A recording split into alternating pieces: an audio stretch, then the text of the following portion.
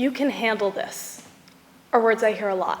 "You can manage this. This shouldn't be too hard for you. You can handle this." If you know me well enough, you would know that I'm a complete control freak. I think responsibility is one of the best feelings because it's an automatic place in a community. I'm a control freak that's also an imperfect perfectionist, which means that every single second I'm trying to be perfect, but perfection is always so far from my reach. In other words, I'm a type A person trapped within a type B person. Perfection is just never achievable, no matter how hard I try, and the ideas of being perfect can cause pressure on myself. The pressure is how we get the work done, is how we try harder to accomplish something that we want or even crave to get better at. Pressure is truly just a buildup of stress. And for most of us, it's a constant stress. It's the thoughts in our head telling you that if you don't do well on this next project or paper or during this next game, you're not good enough. "I am not good enough" is something I and a lot of others tell ourselves too often. For me, it's all the time, and it's the reason, let's face it, I'm a tryhard. Because when all the practice and work and stress pays off, we live in a momentary pause of absolute bliss. We did everything we wanted to do, and we deserve this. That feeling keeps us going. We won the game, or aced the test, or sang the high note, and we got that position. And even if we had to endure the stress, pressure, and pain, it worked. And it was worth it. The pressure, other times, gives us the opposite feeling. When you work and you try and you didn't achieve the dream, or that plan didn't go the way you wanted it to. So you let it devour you. You let the "I'm not good enough" thought creep into your mind. I'm not good enough. We say this over and over again, and we start to believe it. My entire life, I've never been good enough. But it hurts more when people tell you to your face that you're not good enough, that you shouldn't be here, that you suck, that you can't do this, that you're not great or even just plain okay at anything. You don't think I don't know? I know, but you felt the need to tell me again, to confirm it, to reinforce the fear. And then I feel caught in between the people who expect me to handle the world and then the people who look at me like I just can't do anything. Both of these people drive me crazy because I want to show them that I can do that thing, that I don't suck all the time, that I can do better than just handle this. I want them to think I'm perfect at all times, even if it breaks me a million times over. My fourth form year here, it did break me, sending me into a minor situational depression caused mostly by COVID. At the beginning, I remember just feeling out of place, like I didn't belong, as if everybody was forming small groups and that I was being budged out.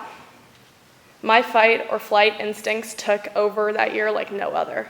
And apparently I'm a runner, so I would go back to my K-Hall, my dorm, and just feel terrible about myself. Why was I not good enough? When these feelings started happening was the exact same time I found out I was concussed.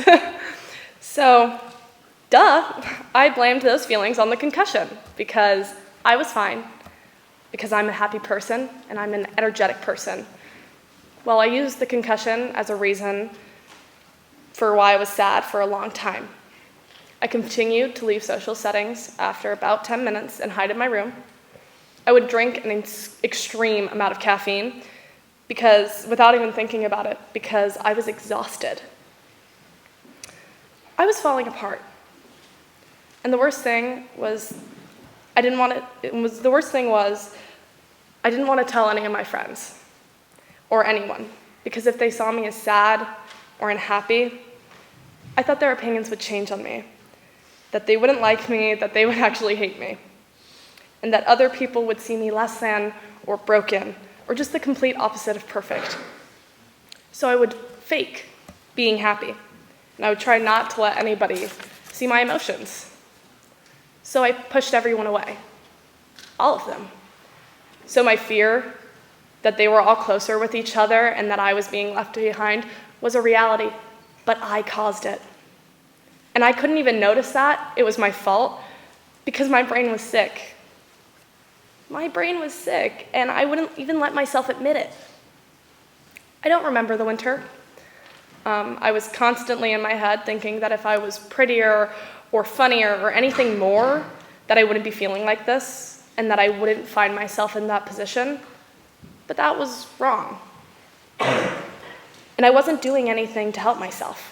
I refused to see Miss Stanton or Mr. Tom because I would have to admit that I had a problem, that I was sad, that I wasn't perfect in any way, and that my flaws got to the best of me. So when I was forced to go by my mother and advisor to see Miss Stanton, I was told the best way to start moving forward was to start healing, was to tell someone what I was going through. Does this count? Because no, absolutely I did not. So fast forward, and it's May. Once again, I find myself lying in bed, overthinking every move. And then I saw myself in the mirror. The only emotion I felt in that moment was disgust. It wasn't me. I just wasn't, or anybody I wanted to be, and I hated who I was becoming. So I set an alarm for 6 a.m. that next morning, and I ran down School Road and back. For the first time, I didn't feel completely awful. So I set an alarm, again, for the next morning, and the next, and the next. Because if I could start the day and clear my head, the day would just be a little bit better. And a little bit better would give me hope that the next day would be better than the current day. And yes, I know what you're thinking right now. Oh my God, she's crazy. Who the hell runs down School Road every day at 6 a.m.? Well, do you want to know who I also saw running every morning? Mr. Downs himself. So yeah, it's only for crazy people. And I did that for a few weeks until the school year ended. And then I left for summer break. Being away from school was the best thing for me healing-wise. When I say this, I need to make this clear that I love this school, and I never thought about leaving or transferring at any point because I knew leaving wouldn't fix anything, especially leaving something that I loved so much for so long. But I needed a break. I needed summer. And as soon as I left, I deleted all social media because I couldn't look at everyone being perfect and living perfect, happy lives because I couldn't be perfect at that time, no matter how hard I tried. And watching everyone else have that just hurt me. But by the end of that summer, I had healed a lot. I was entering as a dorm leader, so I was excited. But I was terrified. I was so terrified that the next year was going to be the exact same. That the next year was going to be the exact same. So the day before I left for school, I wrote down every single small thing I was excited for. And it was a good year. I wouldn't say it was perfect, but it was good, it was fun, and I was happy. And yes, I had off days at some points where I was afraid I was falling down the exact same hole that I worked so hard to dig myself out of. So I would run down School Road, and at some points it was freezing outside, so I would wear 5 layers and walk down School Road. And my hair and face would literally freeze into icicles. But it was, at the end of the day, it was so much better than feeling sad, and it always will be. So I can handle this, right? Every challenge I face, I can handle, right? No. I'm never going to be able to handle everything that's pushed my way, no matter how hard I try. No matter how hard I try to control everything. I'm never going to be perfect, and honestly, the perception of being perfect at the end of the day is stupid. But my brain is always going to tell me that that's what I'm working towards. Always. I can't change that. I think that's why my sophomore year hit so hard, because I couldn't control it. What was happening to me, and it brought me so much farther from my idea of perfection. But I healed. I worked through it.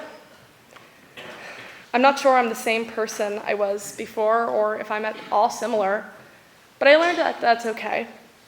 I can't force myself to be that person anymore, and I can't romanticize my life before sophomore year either. I'm different. It's not the same, and that's okay. What I need you to take away from this is to know that wherever you are, no matter how bad or how good it is, it can get worse, but it can also get better. We need the bad times in order to have the good times. We need to experience sadness in order to have joy.